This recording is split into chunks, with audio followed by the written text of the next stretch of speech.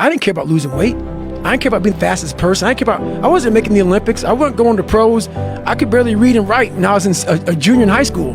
I wasn't going anywhere. I saw working out as a way for me to build calluses on my mind. I had to callous over the victim's mentality. So I watched these movies. I talked about Rocky last time I was on here. I always equated training to mental toughening. Like, it always looked brutal. People waking up early and doing all these things and looked horrible. I was like, wow, man, I gotta start doing that. Not to get better, bigger, and stronger, but that is what's gonna build me. That looks uncomfortable. That looks brutal.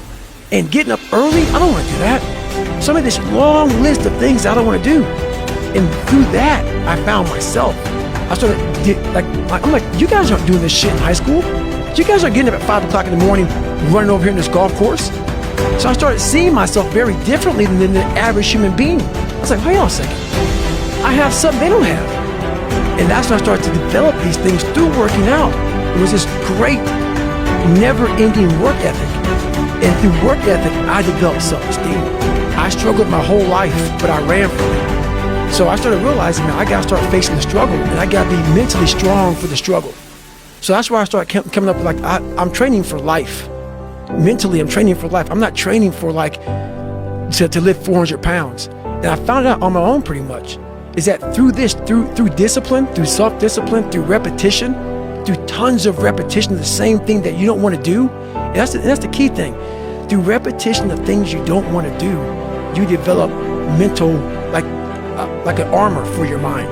You start to armor your mind, because the mind's like, okay, we suffer every day. It's what we do. We do stuff that sucks every day. So then when the suck stuff comes, you're ready for it. And that's how I started coming up. I just started being very uncomfortable. Now it's like just a way of life. Your life was basically the perfect grounds for training for where you need to go in your life. All the beatings, all the bullying, all the, you going through learning disabilities, all the struggles. It was an absolute perfect training ground for you to go to where you need to go. And that's how I started looking at my life versus woe is me, poopy pants, kick a rock down the street mentality. It was, nah, God just hooked you right the fuck up. He hooked you right up, man, with the perfect place. You were training for the first 18, 19, 20, you were training for this stuff, man. You had the advantage of everybody else versus, my God, they're so above me. They came from a great family. Mom and dad love them. They didn't have to learn, they didn't stutter, they didn't struggle. No, man, your struggle is what made you who you are now.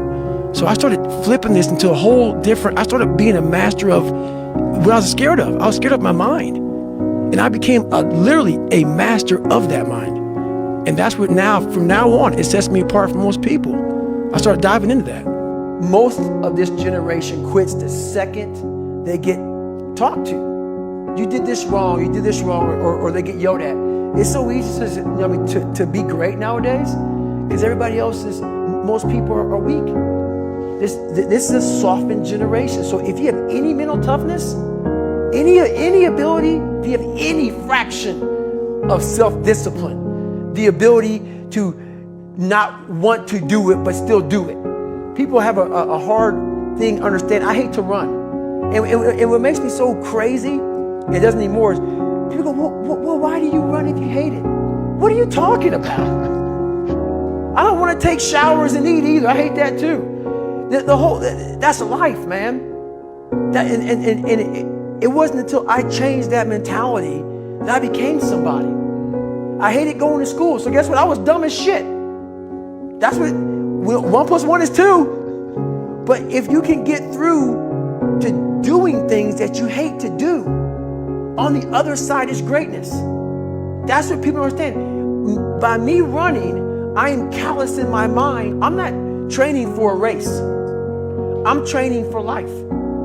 I'm training for the time when I get that 2 o'clock in the morning call that my mom is dead or something happens tragic in life.